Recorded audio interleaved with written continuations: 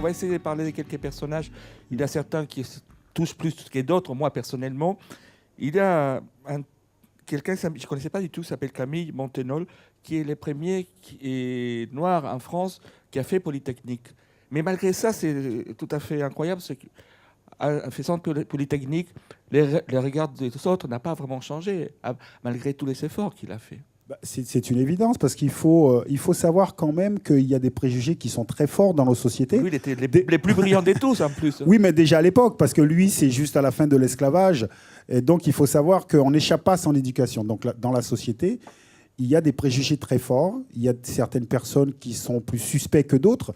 Et ça, il faut le savoir. Mais c'est, encore une fois, je crois qu'il ne faut pas culpabiliser les gens, parce que c'est dû à leur propre éducation. Et je le dis souvent, si vous prenez la génération des personnes qui ont 80 ans ou plus, ben, la grande majorité, ils seront racistes, parce qu'en fait, ils ont été éduqués comme ça. Et je rappelle quand même que nous allons fêter les 50 ans des indépendances, par exemple en Afrique. Donc la colonisation, qu'est-ce que c'était? Je suis supérieur à toi, donc je te colonise. Donc ça veut dire que toute une société a construit l'autre de façon différente, de façon inférieure. Donc, c'est difficile à échapper à sa propre éducation si on ne vous emmène pas de la connaissance, si on ne vous emmène pas des choses qui vont contredire.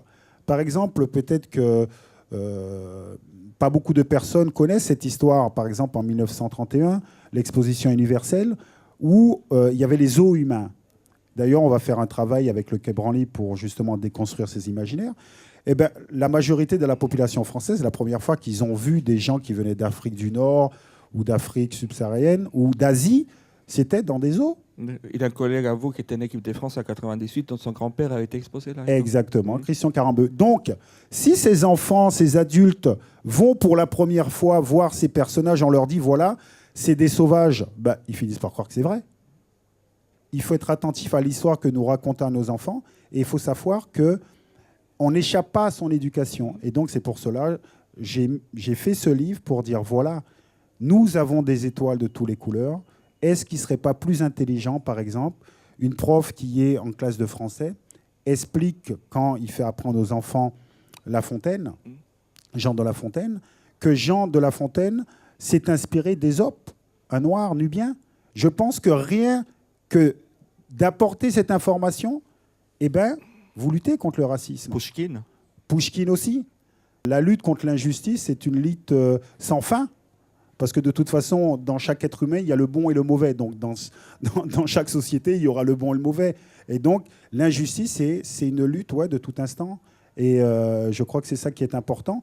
Et essayer d'être attentif à la société dans laquelle on vit pour se questionner, pour se dire comment on peut faire améliorer les choses. Et surtout, je crois qu'il ne faut pas tomber dans une victimisation. Et il ne faut pas aussi culpabiliser les gens, parce que parfois, comme je vous dis, c'est l'éducation qui vous emmène à voir le différemment. Donc il n'y a pas un fardeau blanc non plus. Non. D'ailleurs, je crois que c'est les premiers mots de l'introduction. Et quand je parle de Frantz Fanon, je trouve que c'est quelqu'un de très très important. Malheureusement, pas très connu ici. Frantz Fanon, justement, a une réflexion sur la couleur de peau et nous explique qu'en fait, l'histoire nous a enfermés dans nos couleurs. Parce qu'encore, beaucoup de gens disent « ouais, les Noirs, ils sont comme ça ». Ou d'autres disent « ouais, les Blancs, ils sont comme ça ». C'est-à-dire que, encore une fois, on caractérise les gens par couleur de peau. Et donc, Fanon, il dit « sortez de cette prison où on vous a enfermés pour voir les hommes et les femmes qui sont derrière, pour créer une société plus fraternelle ». Et je pense que le but, c'est ça, sortir des couleurs. Mais encore une fois, pour sortir des couleurs, il faut avoir des étoiles de toutes les couleurs. Vous dites une phrase très belle dans les livres, c'est la vraie question, ce n'est pas notre identité, mais les conditions de notre vivre ensemble. Ben exactement, c'est la vraie question, c'est comment peut-on vivre ensemble? Comment peut-on vivre ensemble? Et quelle stratégie mettre en place pour qu'on puisse se respecter? Qu'on puisse se respecter tout simplement. Regardez la salle. Est-ce que vous pensez que c'est normal que ces personnes qui seraient dans une classe aient sur le mur des personnes tous de la même couleur? Ce ne serait pas intelligent pour créer le vivre ensemble. Et je pense que les gens ne font même pas attention. Et c'est assez extraordinaire. Par exemple, quand on m'interviewe pour ce livre, les gens me disent « ah ouais, j'avais jamais fait attention ». Ah ouais? Par exemple, dernièrement, j'ai un petit livre où c'est 15 siècles d'histoire de France. Vous feuilletez les 15 siècles d'histoire de France, vous allez voir, eh ben, c'est monocouleur. Parce que les personnes qui ont fait ce livre, peut-être ne connaissent pas tout son ouverture. Et ce qui est assez extraordinaire, c'est que beaucoup de personnes ne connaissent pas ces personnages, pas du tout, ne connaissaient pas ces histoires. Quand, je me souviens, quand j'étais en Italie ou en Espagne, donc j'étais dans le bus, je lisais un petit peu, donc je disais à mes coéquipiers, voilà, tu sais qu'en Égypte, il y avait des pharaons noirs et tout ça, mais ils se mettaient à rire. Ils disaient, qu'est-ce que tu racontes? N'importe quoi.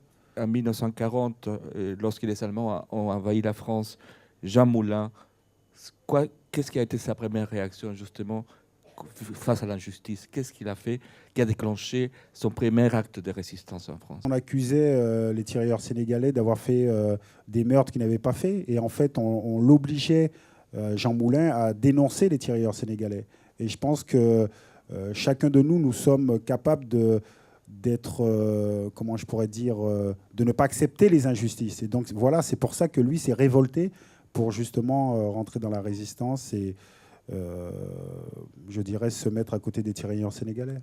Je pense toujours à vous lorsque vous chantez la Marseillaise, on entendait toujours, et vous les chantez très fort. Parmi, dans tous les matchs de foot, ça m'a toujours frappé. C'est important. Dernièrement, il y a 2 jours, j'ai pris le taxi. Il y avait un jeune homme qui était franco-tunisien. Et donc, on a commencé à discuter. Et il me dit, oui, monsieur Thuram, j'ai compris ce que vous dites, parce que c'est vrai que moi, quand j'étais plus jeune, je ne voulais pas dire que j'étais français. Et donc, j'ai compris qu'aujourd'hui, justement, il fallait revendiquer le fait d'être français et avec des origines tunisiennes. Et donc, c'est ce que je dis, que pour faire avancer les choses, aujourd'hui, eh ben, il faut se dire, voilà, je suis français, avec des origines sénégalaises, avec des origines maliennes, tunisiennes, algériennes, je ne sais pas, mais français, et décider à créer une société meilleure, où j'aurai ma place, où j'aurai mon mot à dire, et d'arrêter de dire, ah non, mais je ne suis pas français. Voilà, parce que si vous vous dites que vous n'êtes pas français, après qu'on ne vous considère pas comme français, eh ben, ce serait normal. C'est un médecin qui fait la postface dans votre livre. C'est tout à fait touchant ce qu'il raconte. Et parce qu'il dit les sociétés doivent se confronter à leur histoire pour passer de l'obscurantisme à l'humanisme, pour évoluer harmonieusement. Écoutez, je suis très content que vous ayez remarqué que le dernier texte a été fait par un pédopsychiatre. Tout à fait. C'est des jeunes dont vous parlez. Voilà. Parce qu'en fait, je pense qu'on peut ramener les problèmes d'une société à une personne. Et je crois qu'une personne qui ne connaît pas son histoire, qui connaît que des brides de son histoire, est dans une certaine violence. Donc je crois que la vraie réflexion, c'est comprendre notre histoire, comprendre l'histoire du racisme. Voilà, et comprendre qu'en fait, il y a eu des malentendus. Mais si vous ne savez pas où est arrivé ces malentendus, vous ne pouvez pas les dépasser. Parce qu'il faut prendre conscience du problème pour le dépasser.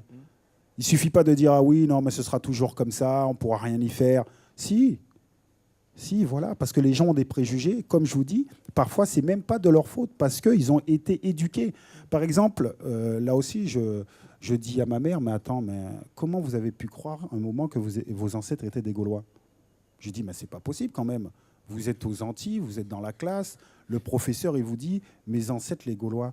Et je dis, mais les professeurs, ce sont des Antillais. Comment vous avez pu croire? Eh bien, simplement parce qu'on les a éduqués comme ça.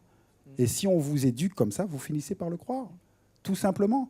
Et là, il y a un vrai problème dans nos sociétés, c'est qu'il y a des personnes qui sont éduquées à voir l'autre de façon inférieure, différente.